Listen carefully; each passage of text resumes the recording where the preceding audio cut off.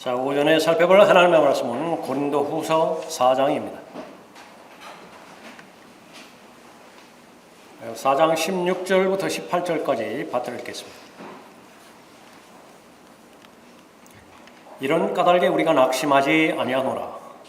오히려 우리의 겉사람이 썩어질지라도 우리의 속사람은 날마다 새로워지나니 이는 우리가 잠시 받는 가벼운 환난이 우리를 위하여 훨씬 뛰어난 영원한 영광의 비중을 이루어가기 때문이라. 우리가 바라보는 것은 보이는 것들이 아니요 보이지 않는 것들이라. 이는 보이는 것들은 잠깐뿐이지만 보이지 않는 것들은 영원하기 때문이라. 기도하겠습니다. 위대하시고 전지전능하신 아버지 하나님, 예수 그리스도의 보혈로 구원받고 하나님의 자녀로 입양된 모든 하나님을 사랑하는 하나님의 자녀들이 준비된 마음으로 하나님 앞에 영과 진리로 경배드릴 수 있도록 인도해 주시니 감사를 드립니다. 주님 앞에 입술에 열매를 드리었고 손길을 바쳤으며 이제는 준비된 마음으로 하나님의 말씀을 기대하는 마음으로 듣고자 합니다.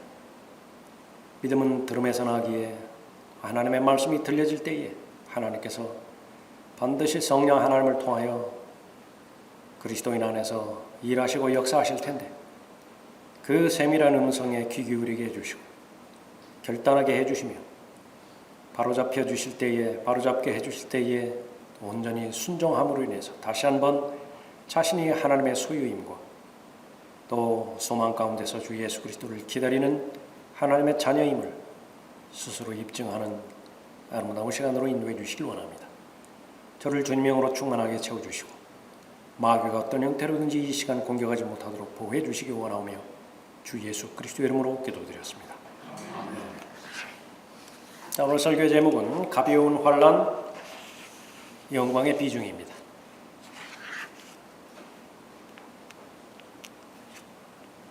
산을 올라가는 것이 쉽습니까? 내려가는 것이 쉽습니까? 열정을 지키는 것이 쉽습니까? 열정을 잃어버리는 것이 쉽습니까? 포기하는 것이 가장 쉽습니다. 특히 영적인 일에 있어서 그런 것이죠. 지옥의 형벌로부터 죄인을 구원해 주신 것은 편안하고 안전한 삶을 살게 해 주시는 것에 그치는 것이 아니라 아들의 형상과 일치시킬 목적으로 구원해 주셨다라고 하는 사실을 하나님의 계시된 말씀을 통해서 알려주시는 것입니다. 거기에는 연단의 과정이 반드시 필요하고 그 결과 성장의 열매를 거두게 되어 있습니다. 그 과정 없이 소망을 지닐 수 있는 것이 불가능하기 때문에 그렇죠. 그런데 그 연단과 소망의 첫 출발은 환난이라고 말씀하십니다.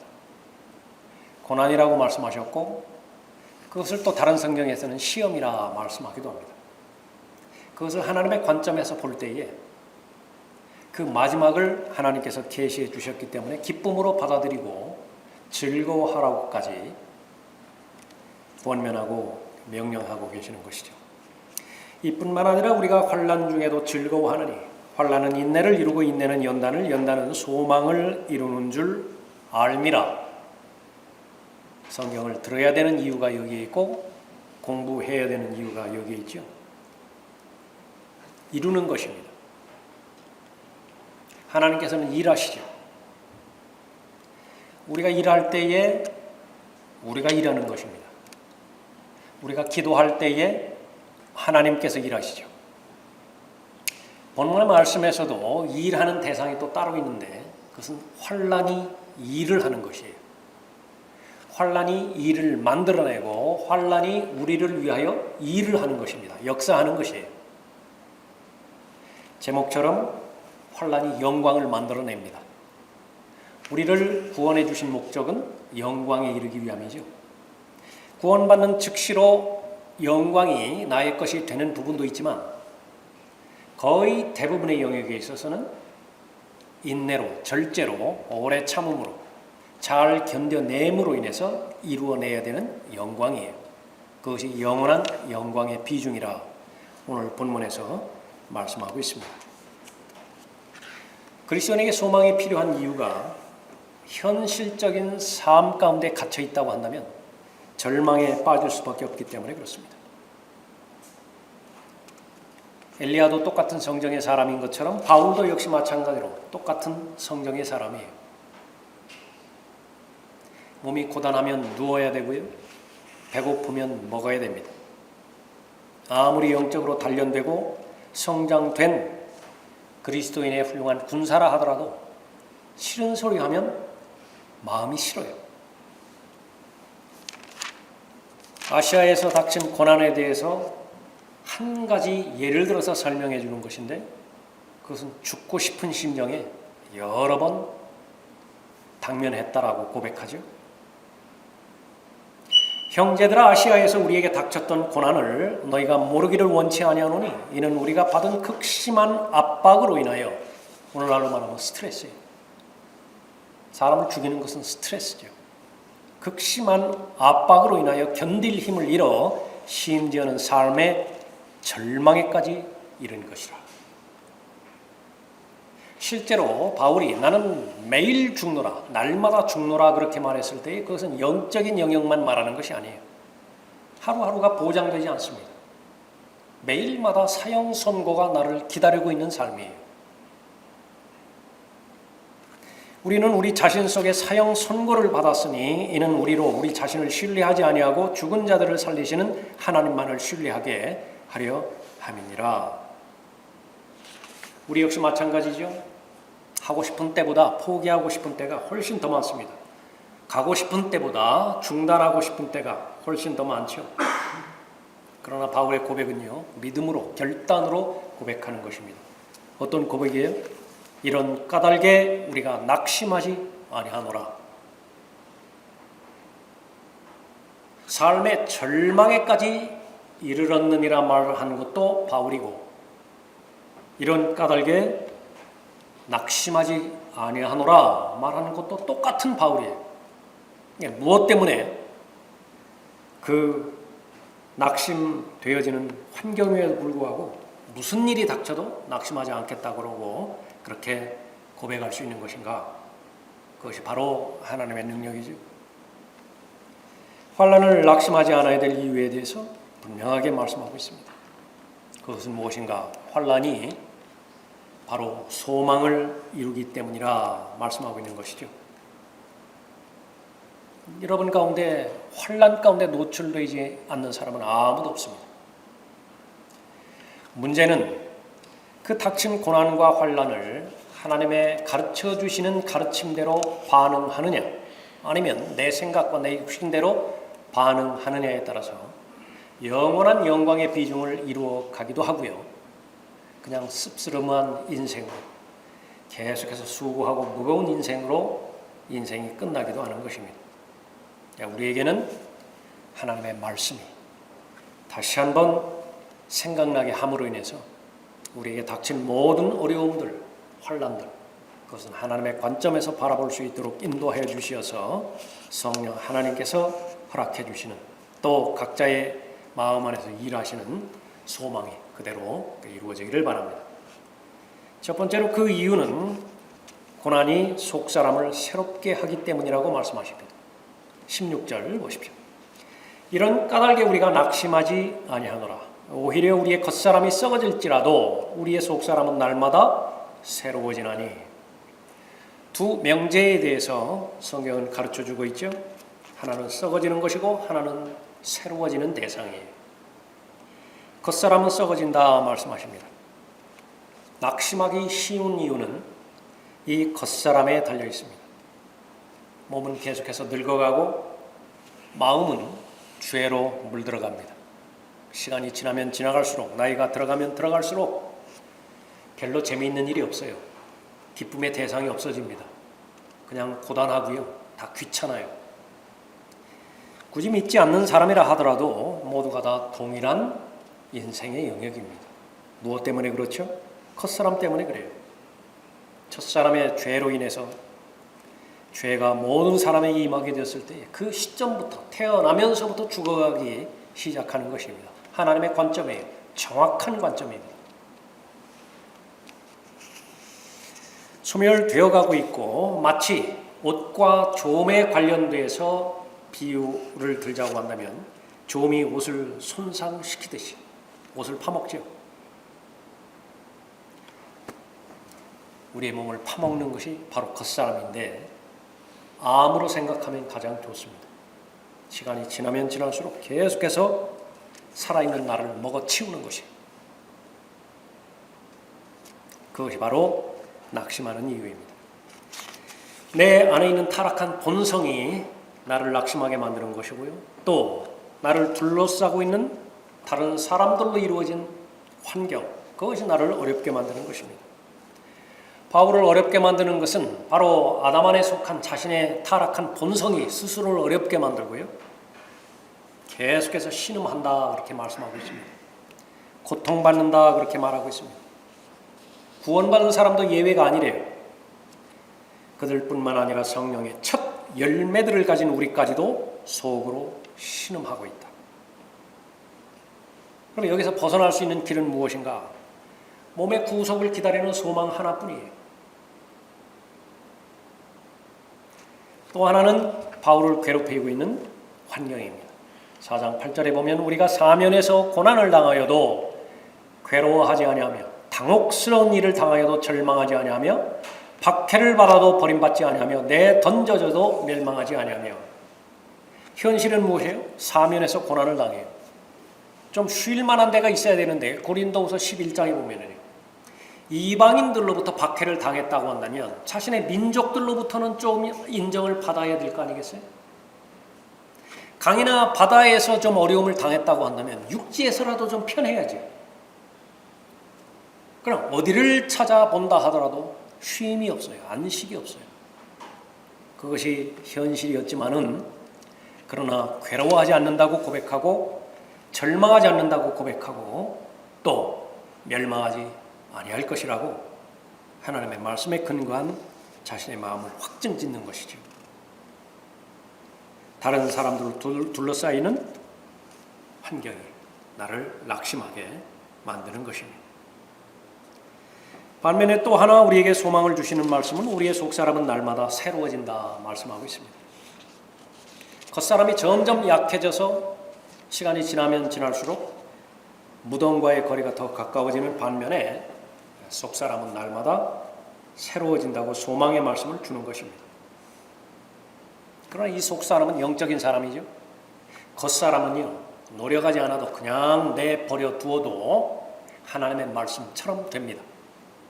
굳이 거짓말을 어떻게 하면 잘할 것인가 연구하고 탐구하지 않아도 거짓말은 잘하게 되어 있어요.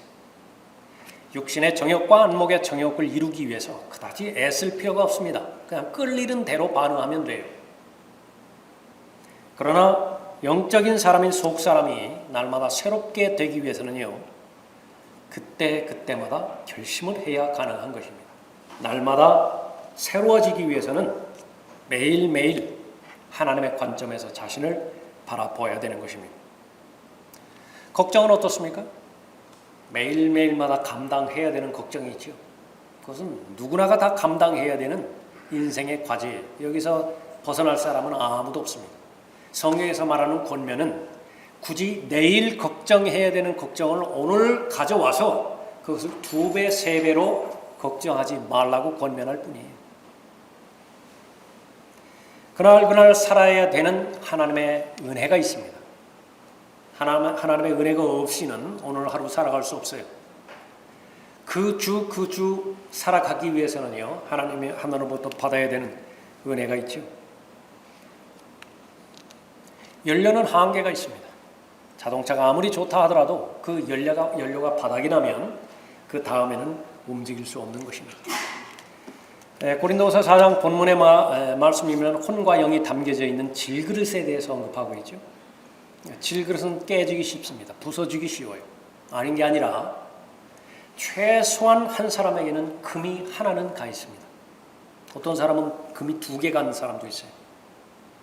어떤 사람은 자신을 관리하기에 부주의해서 금이 여러 개 간 사람도 있어요. 양동이로 그 질그릇 항아리에 아구 가득하게 물을 붓지요. 그러면 그 부은 즉시로부터 새기 시작합니다. 그 금의 크기가 크랙이죠. 크면 클수록 물이 없어지는 속도는 빠를 것이에요. 그러나 분명한 사실은 새지 않는 사람은 없습니다. 그 성경에서는 그것을 언급하고 있습니다. 한 번 음식을 먹었다고 해서 이틀, 사흘 유지할 수 있는 사람은 아무도 없는 것입니다. 매일매일마다 새 연료가 공급되어야 되고 새로운 음식이 채워져야 되는 것이죠. 하나님의 말씀입니다. 하나님의 은혜이고 하나님의 자비예요. 왜 매일매일마다 하나님 앞에 기도해야 됩니까? 어제 성공적인 기도가 오늘을 보장해 주지 않기 때문에 그렇죠.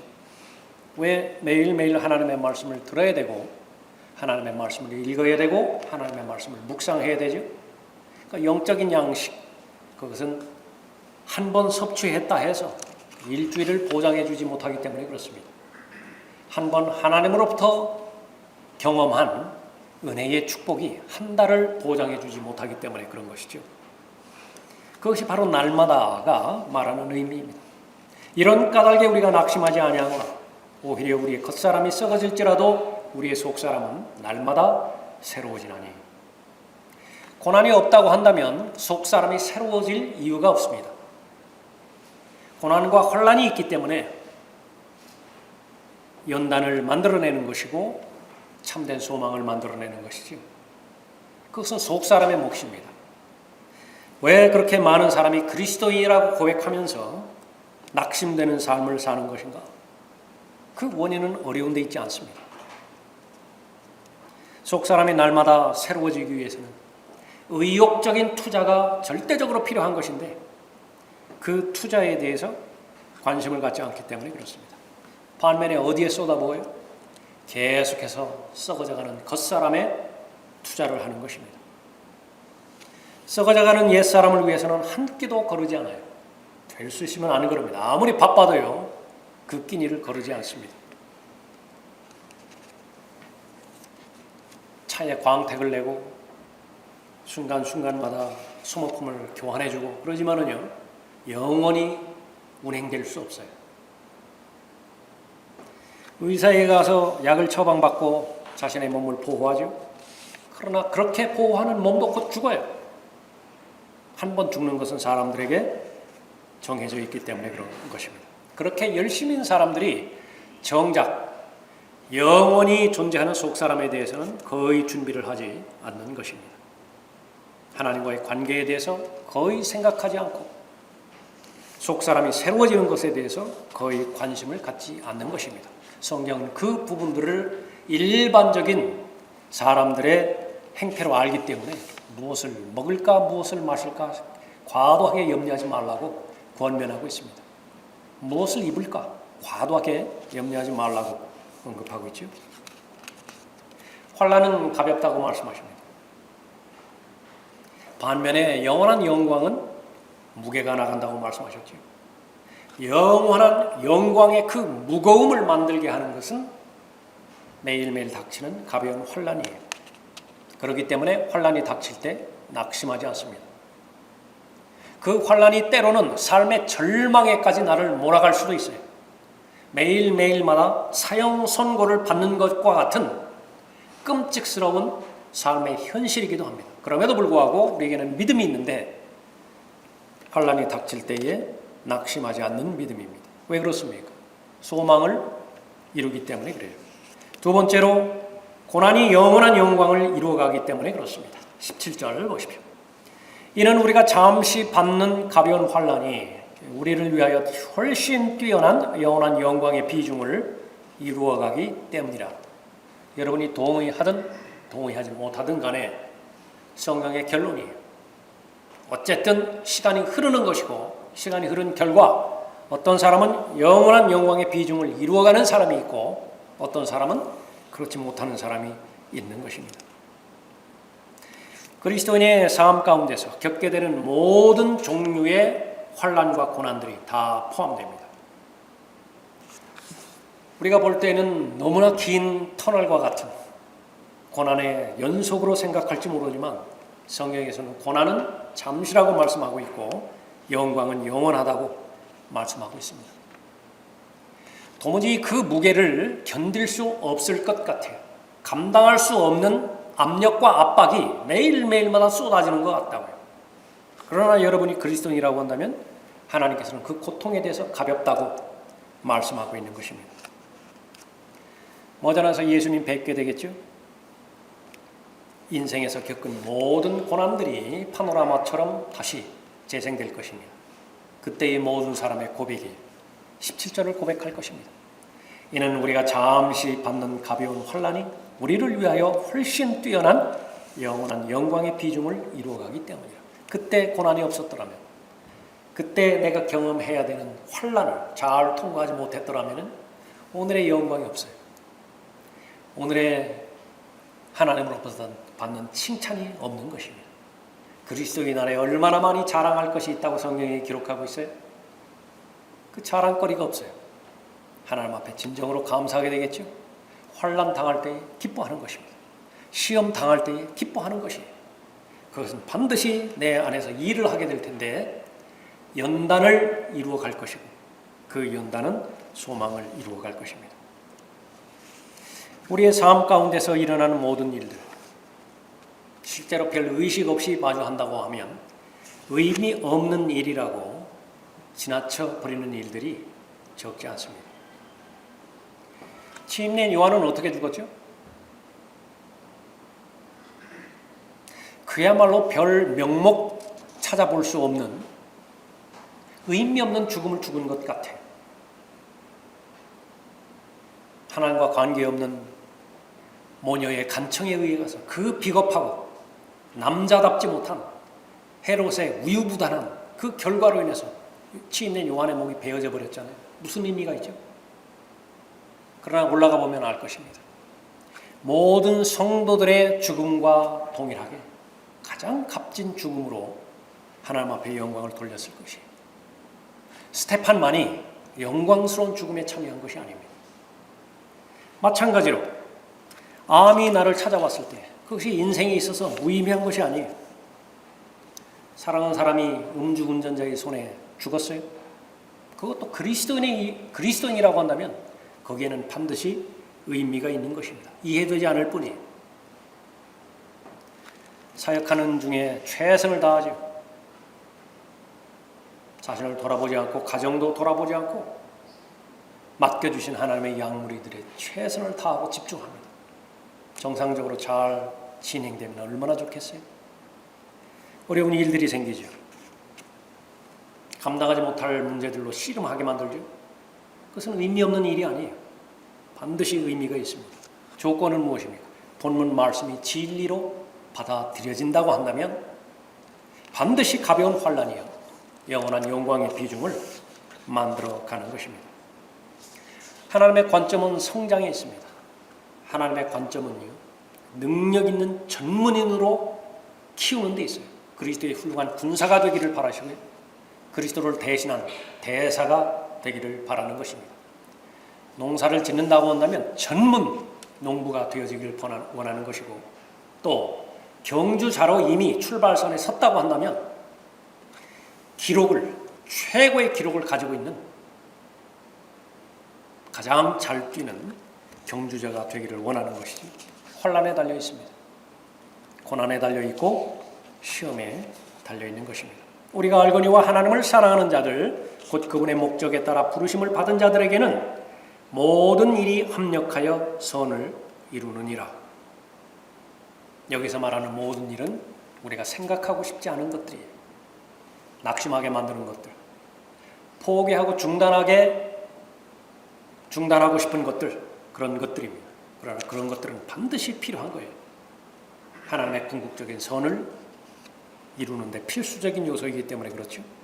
그분께서는 미리 아신 자들을 자기 아들의 형상과 일치하게 하시려고 또한 예정하셨으니 이는 그를 많은 형제들 가운데서 첫 태생이 되게 하려 하심이니라. 그러니까 예수 그리스도처럼 똑같이 만들어야 된다. 마음과 생각이 예수 그리스도처럼 똑같아져야 되고요, 그리스도의 충만하심에 장성한 분량에까지 부지런히 성장해야 되는 것입니다. 이제는 결국에는 요한일서 3장에 있는 것처럼 아들의 형상과 일치되겠죠. 그 부분을 예정해 놓으신 것입니다.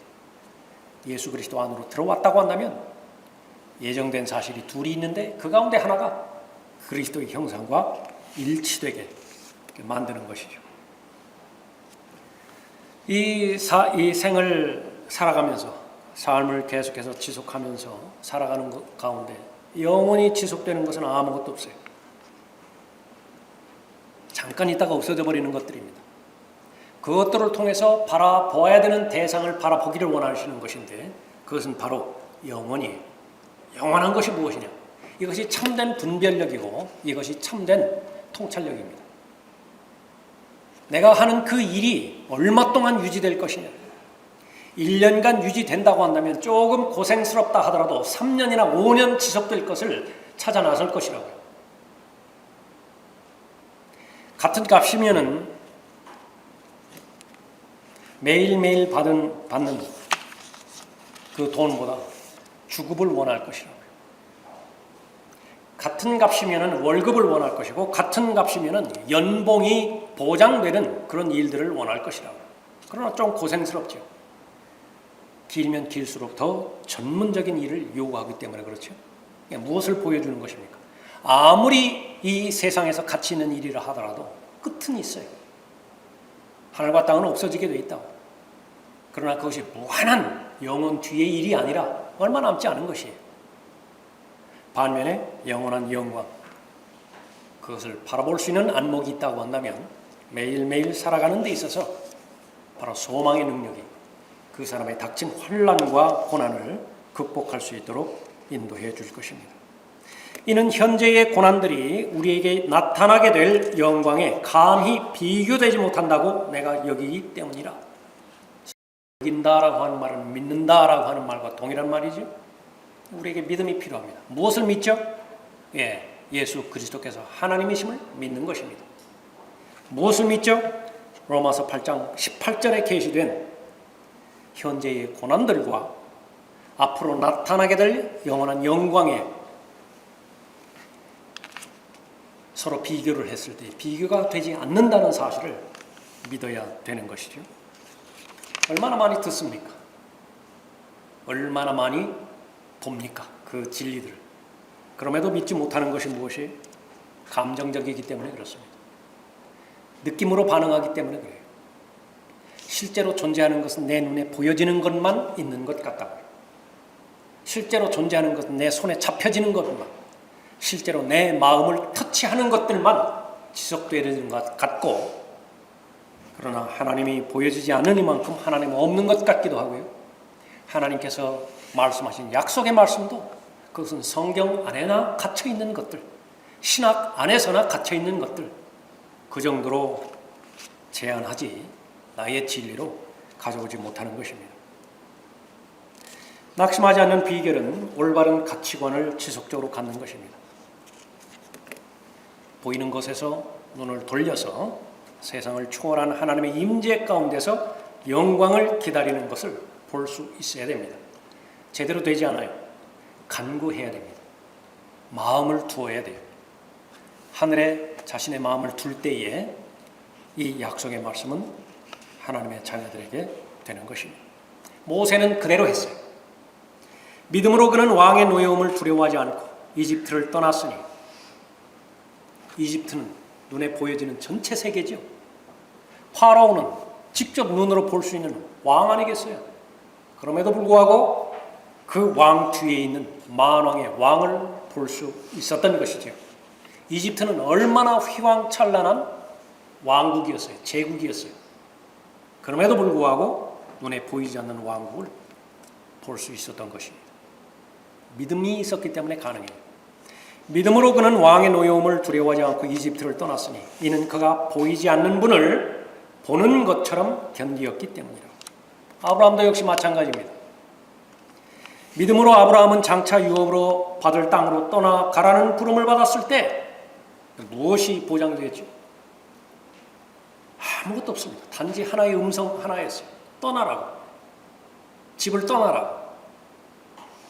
어디로 가야 하는지도 모르면서 떠났으며 소망은 무엇이었습니까? 이는 그가 기초들이 있는 한 도성을 기다렸음이니 그것을 세우시고 만드신 분은 하나님이심이라. 아브라함만이 행한 일이 아니라 모세만이 행한 일이 아니라 여러분도 행하셔야 되는 일이죠. 동일한 하나님이시기 때문에 그런 것입니다. 환난을 낙심하지 않아야 될 이유가 하나님의 말씀에 기록이 되어 있습니다. 그것은 좋은 것이에요. 반응만 제대로 할 준비가 되어 있다고 한다면. 하나님께서는 일하시죠. 우리가 기도할 때에 하나님께서는 일하십니다. 마찬가지로 환난도 일을 해요. 연단을 만들어내고야 맙니다. 환난은 영원한 영광을 만들어내고야 맙니다.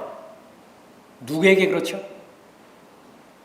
하나님의 말씀을 존중하는 사람에게 하나님의 말씀이 역사하는 것입니다. 마지막 세 번째로 환난을 두려워하지 않는 이유, 낙심하지 않는 이유는 소망을 이루기 때문에 그렇죠. 세 번째로는 고난이 멀리 볼 수 있게 해주기 때문에 그렇습니다. 18절 보십시오. 우리가 바라보는 것은 보이는 것들이 아니요 보이지 않는 것들이라. 이는 보이는 것들은 잠깐뿐이지만 보이지 않는 것들은 영원하기 때문이라. 고통 역시 마찬가지로 잠깐뿐이라고 말씀하셨죠. 고난과 역경, 시험, 환난 잠깐뿐이에요. 그런데 어느 경우에는요, 그 잠깐뿐인 고난이 70년이 되기도 합니다. 그 잠깐뿐인 고난의 잠깐이라고 하는 기간이 3년을 넘겨 보내기도 해요. 그러나 하나님의 말씀은 하나님의 말씀이에요. 잠깐이에요, 그냥. 무엇을 알 수 있습니까? 그에 비해서 영원히 얼마나 오래된 개념인 것인지, 긴 개념인 것인지 그것을 잘 알 수 있는 것이죠. 하나님은 하나님의 자녀가 멀리 볼 수 있는 안목을 갖기를 원하십니다. 하나님의 관점이에요. 믿음의 또 다른 말입니다. long look, 멀리 바라볼 수 있어야 돼요. 그 긴 안목을 가졌을 때에 하나님께 주신 은혜의 축복은 어떤 것들이 있습니까? 비로소 진짜 내 집이 어디인지를 분별할 수 있습니다. 이 세상은 내 집이 아니에요. 이 물리적인 세상에는 아름다운 많은 볼거리들이 있죠. 사람을 편안하게 해주고 또 느슨하게 해줄 수 있는 많은 볼거리들이, 즐길 거리들이 있는 것은 사실입니다. 동시에 얼마나 많은 눈물들이 있어요. 어떤 것이 더 많겠습니까? 즐겁게 해주는 것들이 많겠어요? 아니면 눈물을 자아내게 하는 일들이 많겠습니까? 긴 안목을 가질 때에 바로 실제 내 거주지가 어디인지를 알게 해주는 것입니다. 그 사람은 손에 무엇을 쥘 때에 견고하게 꽉 틀켜주지 않습니다. 느슨하게 붙잡아요. 그래서 이용하는 사용자로서 이 세상을 살아가게 합니다. 복이에요. 절대로 나의 영원한 것이 없습니다. 그 사실을 긴 안목을 통해서 알게 해주는 것이죠. 하늘에 보물을 쌓는 사람입니다. 긴 안목을 갖는 사람은. 이 땅에 구자 없이 살아간 사람 없겠죠.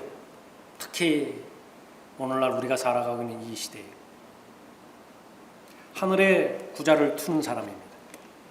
긴 안목을 보는 사람이죠. 그리스도의 심판석에서 반드시 결산할 것이 있다고. 어카운트, 회개에 합당한 결산을 맺을 것이라고. 그리스도의 심판석을 의식하며 살아가게 하는 힘을 받게 만드는 것이죠. 그리스도의 심판석에서 누가 평가를 받는 것입니까? 좋은 평판을 받는 것이에요. 히브리서 11장에 의하면. 이 세상에서 바보 취급받으면 돼요. 그리스도인이면서 이 세상에서 단 한 번도 바보 취급을 받지 않고 하늘에 올라갔다. 쌓여있는 보물이 없어요. 모두가 다 예수 그리스도를 위하여 어리석은 짓을 행하는 자가 되게 됩니다. 세상은 두 가지만 평가해줘요. 여러분이 그리스도인이라고 한다면, 여러분이 세상의 입맛에 잘 맞춰서 그들의 코드에 맞게 잘 생활해주지요? 그러면 그 사람들은 여러분에 대해서 위선자라고 평가를 내려버립니다. 냉혹해요. 여러분 봐주지 않습니다. 아무리 그 사람에게 잘 해준다 하더라도, 그 사람의 입맛을 맞춰준다 하더라도 본인이 그리스도인이라고 말했다고 한다면 그냥 위선자 취급을 하는 거예요. 또 하나는 광신자 취급입니다. 그 두 가지 선택밖에 없어요. 그 가운데서 사람은 겁을 지려먹고 위선자 취급받기를 선택해버리는 것이에요. 긴 안목을 갖는 것, 그것은 영혼의 관점을 갖는 것이죠. 사람의 혼에 관심을 갖는 사람입니다. 저 사람은 어떤 영혼에서 영혼을 보낼 것인가? 두 가지밖에 없다고요. 영원한 지옥에서 영혼을 보내든가, 영원한 하늘나라에서 영혼을 보내든가. 하늘을 쳐다본다면 이보다 쉬운 일이 없어요. 그러나 하늘을 쳐다보지 않는다고 한다면 이 부분들은 불가능합니다. 이런 관점을 갖는 것이 불가능한 것이에요. 지옥을 쳐다본다면 이러한 일들이 쉬워져요. 그러나 지옥을 보지 않는다고 한다면 모든 일들은 불가능해 보이는 일들입니다. 하나님의 말씀은 무엇이에요? 낙심하지 말라. 어떤 일로 낙심하는 것입니까? 길이요 진리요 생명이신 예수 그리스도를 바라본다고 한다면 낙심하는 일이 없을 수가 없어요. 길이요 진리요 생명이신 예수 그리스도를 따라가며 동행한다고 한다면 낙심하는 일이 없을 수가 없는 것입니다. 그 두 가지를 배제시킨다고 한다면요, 그냥 세상은 굳이 여러분 괴롭히지 않을 것이라고요. 그냥 세상은 세상의 풍조대로 흘러가는 여러분들을 환영할 것이라고요. 그러나 그리스도인은 그리스도 안에 있는 새로운 피조물이라고 하나님께서 말씀해 주셨죠. 절대로 이 세상의 본토인이 아니에요. 원주민이 아니에요. 누굽니까? 순례자이죠. 나그네이죠. 타국인이에요. 그것이 하나님께서 여러분에게 여러분의 정체성을 보여준 여러분의 실체입니다.